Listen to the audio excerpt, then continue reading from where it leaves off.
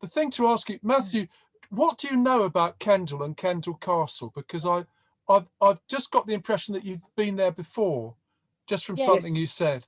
So when was that? Yes.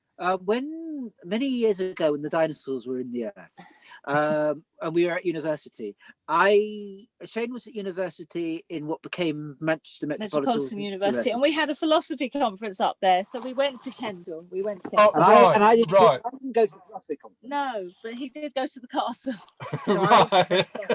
And when I was a kid, also. We used to go up to the Lake District every single Easter, most Easters. My father was a man of habit.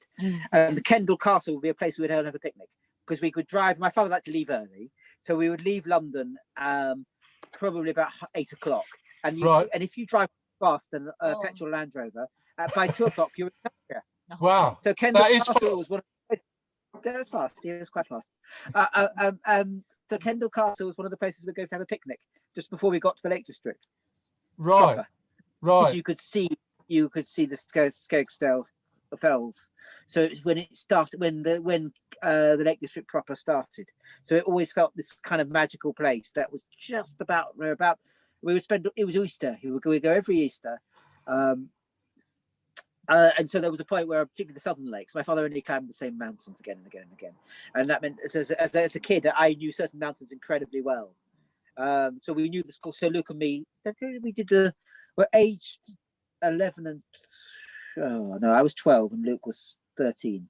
We were allowed to climb up all the highest mountains in England in a whiteout by ourselves.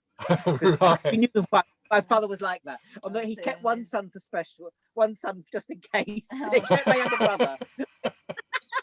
I think actually, if we had died, he wouldn't have been allowed to keep my younger brother. No.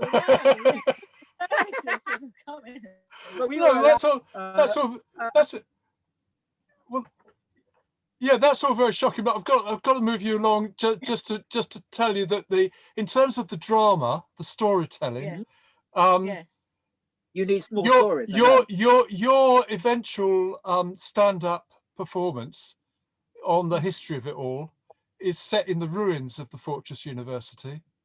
Oh, fantastic! But that hasn't happened. That hasn't happened yet. That's looking back from some point in time when we can describe it reasonably plausibly, as the audience will understand it. Right. Wow. So at the moment, we're imagining that Kendal Castle is in good repair. It's a proper castle at the moment, and it's under siege.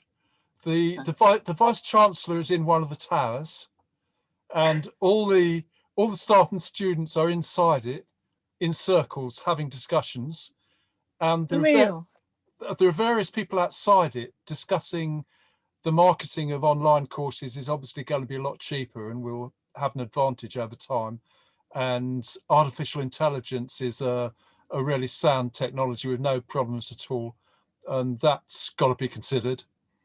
So those people are outside the walls having those conversations, and some of the students and a few of the staff are coming out of the castle and talking to those people some of the time. But it's gradually going to drift away over the summer anyway, so it will just start again next autumn. That's all that's going on there at the moment.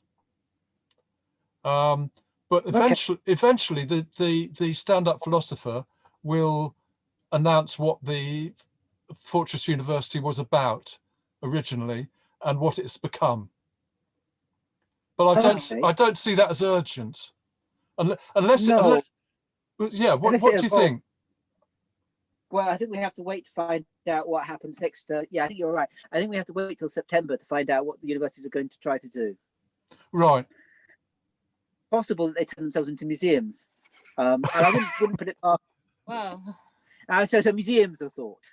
Yes. And I wouldn't put it. I really wouldn't put it. Oh, sorry. Sunset moment. Lovely. Show Will sunset. Can you see some French sunset? Oh wow! Oh wow! Yes. Oh gosh, that's amazing. Oh, isn't that beautiful?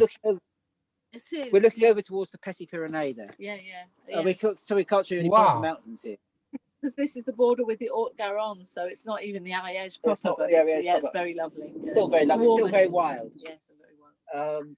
This Wow. is just we always think this is just about where France ends, because about 5 miles, 6 miles away, you go through a great big cave called the cave, Grotte de Masdezil. the Grotte de Masdezil. Right. And on the other side of the Grotte de Masdezil, you're no longer really in proper France. You're in the kind of the wild Pyrenean country, Yeah. and the accents get stronger. Yeah, and the it's neither customs. French nor Spanish. It's neither French nor Spanish. Very much its own place. And it's very much the same place. But here is still. So you're you're about 5 miles away from that. Yeah. But we're on the French side. We actually live on the Ariège side. Yes. Yeah. So we live in the wildlands. Yeah. But here, where we've been having 2 days of rest and recuperation. Yeah. In the bit of France that the English will recognise as France. Yeah. It has things like vineyards and shutters on and the shutters window. on the It's a window. lovely balcony. Right. ordered sort of and thing. clean and not Yes. terribly anarchic. Yes, all that sort of Right. thing. Lots of lovely wallpaper and yes. Right. So we've been spending days in France, Yes. and we'll go back to the Ariège tomorrow. Yes.